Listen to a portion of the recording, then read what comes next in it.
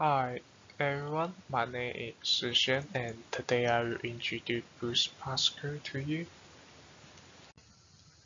Firstly, we respectfully acknowledge the traditional custodians of the land on which we meet today and pay my respects to their elder past and present, and I extend that respect to Aboriginal and Torres Strait Islander people here today. At the beginning, I start with some background information about Bruce Pascoe. He born in Richmond, Victoria in 1947. As you know, he is a Union, Boerewors and Tasmanian man and living in his farm in Gippsland, Victoria now. For his education background, he got into the University of Melbourne in commercial major at first, then transferring to Melbourne State College. He graduated with a Bachelor of Education and was posted to a small township near Shepparton. In addition, he taught at Bransgate for 9 years. After leaving a teaching career, he bought a 300-hectare mixed farming property for his long-sleeve fisherman's career. Moreover, he starts to be a writer during his spare time. In 1982, he moved back to Melbourne and tried to publish a general short story. However, there is a conflict between the publisher and Bruce Pascoe. As a result, he determined to establish his own company with his friend Nolan Phillips. Startup capital of the company is up to $10,000. The Pascoe Publishing and Seaglasses Books Company, managed by Bruce Pascoe and his wife Lynn Howard. Overall, he involved in lots of occupations, including a schoolteacher, farmer, fisherman, director of Commonwealth Australian Study Project, publisher and educator, and indigenous language retrieval. When he was a farmer, he grew Australian Aboriginal grains and tubers.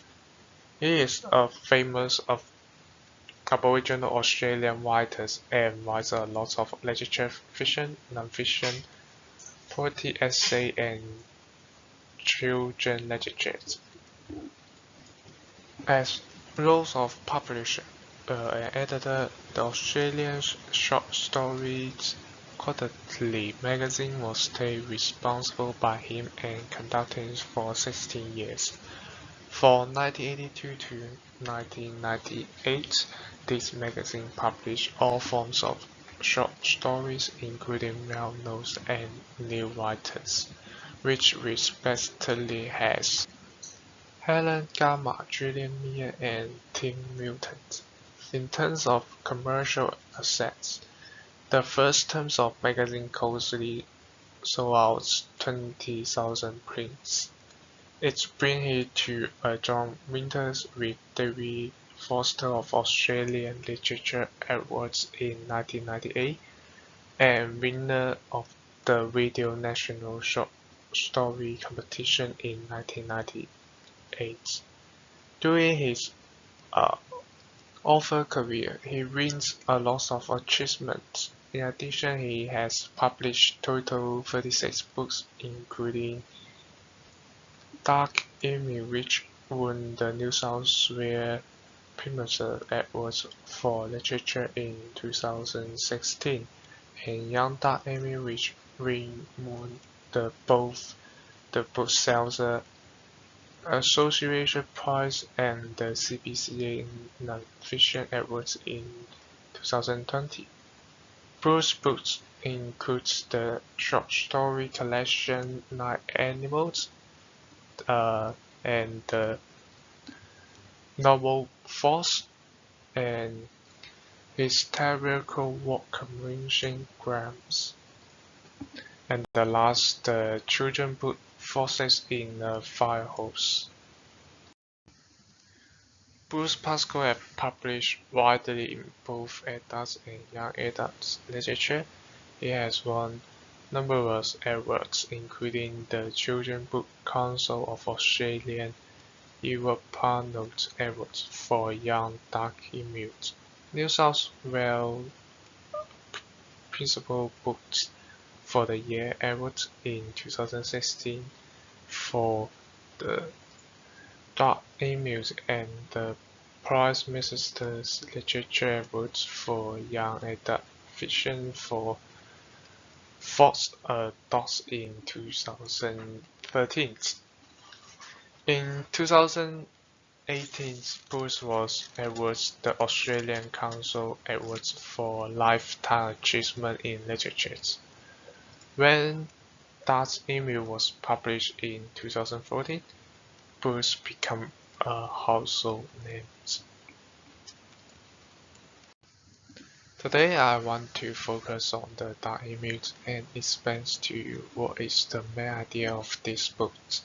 At first, these books come that the behavior of traditional Aboriginal and Torres Strait Islander people engaged in agriculture, engineering, and parliament buildings constructions, which contributes to a further sustainable development in Australia. Aboriginal people construct buildings, and this building was not just Southern Victoria, they were all over Australia. Parliament housing was a feature of pre-contact Aboriginal economy. He, Bruce Pascoe also cites many examples of Aboriginal houses found around the country to demonstrate that this is not unusual, but typical of the ways of Aboriginal people live.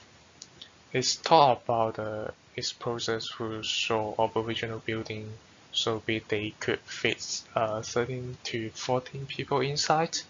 It discusses house is so waterproof they could keep residential drives in top and west seasons, and the one exposure roads that he saw humbly that was 20 feet high. Aboriginal building around Australia was made of materials such as stones, grasses, wood from trees. There was seeds with the clay. Pascoe sized the exposure coming across village of house with path and commercial area in a area over Australia. More well known is the fishing and shellfish harvesting works of Aboriginal people around Australia. It was systematic using sophisticated technologies of channel shaped nets and based upon a deep ecological knowledge. We know that Aboriginal people are experts in finding and conserving water supply, but not so well known in is their construction of irrigation construction systems for their crossing additions.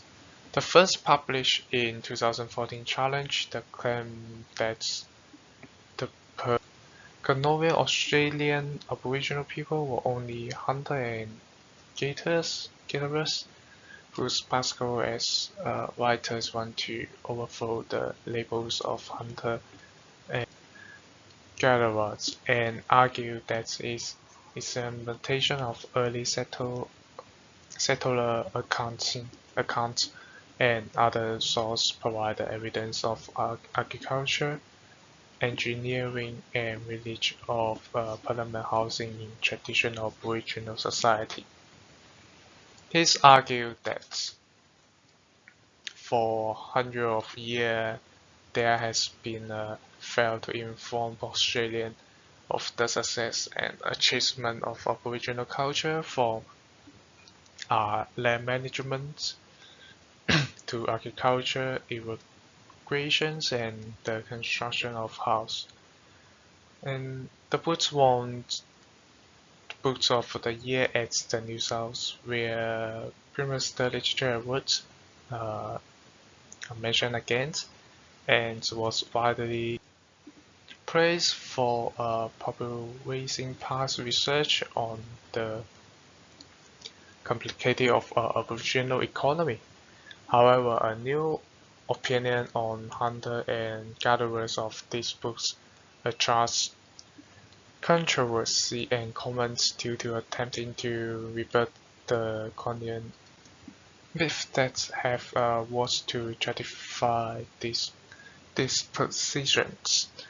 Particularly, the success of Dark Emus and the Young Dark Emus propelled a book critiqued by other writers who argued that Pascoe selectively quotes sources and misinterprets the evidence to a just conclusion, which give a misleading views of Aboriginal society.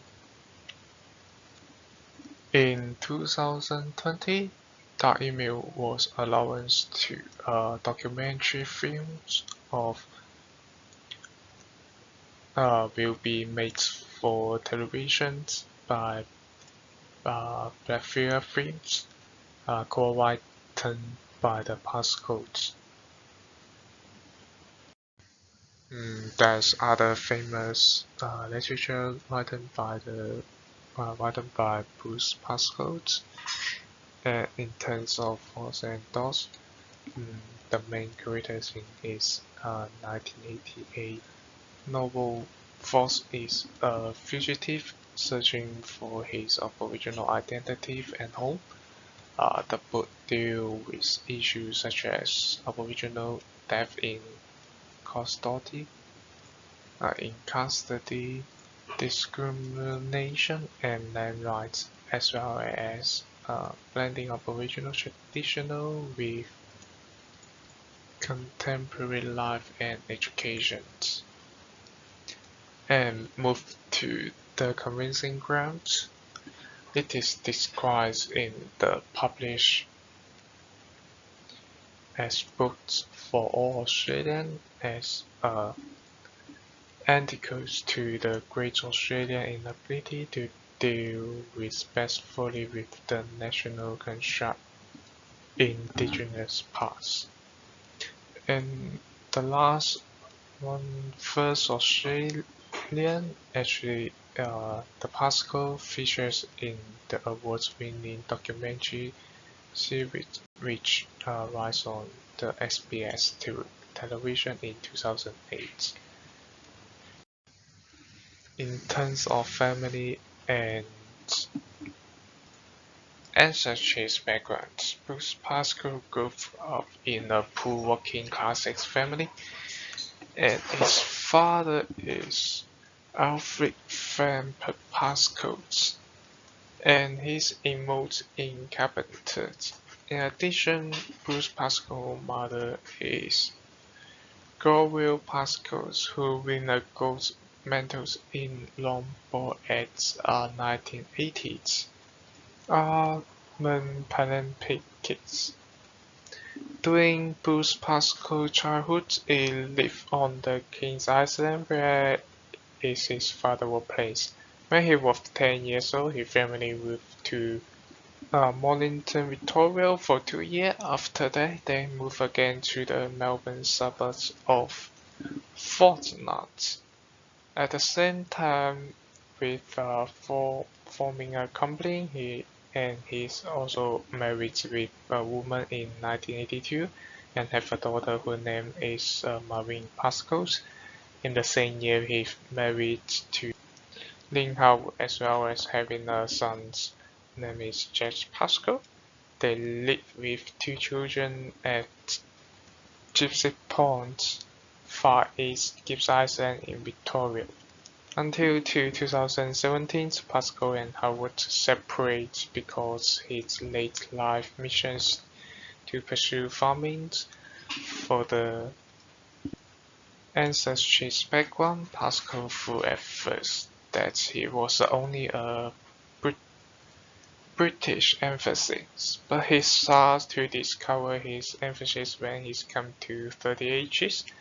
As a result, he found out Aboriginal emphasis on both sides of his family, including from Tasmanians, from the Bunurong people of the Kulin Nation of Victoria, and the Union of Southern New South Wales, although there are still some doubts about his Aboriginal identity, but both Pascoe acknowledged that he loved of the border Australian culture and said that he feels Aboriginals.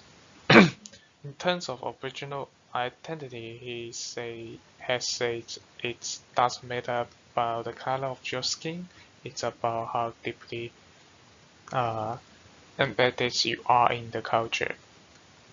It is the purpose of my life.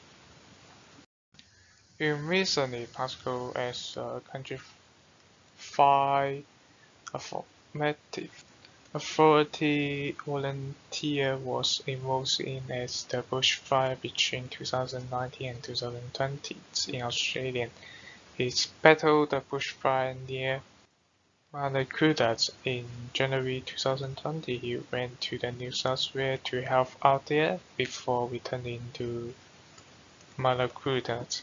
He cancelled his scheduled appearances at the Perth Festival event in February and at the Adelaide Writer Week in March to remain the East Gippsland to assess the damage done to his Malakuta properties and to assess his community in the recovery efforts in the aftermath of the bushfire.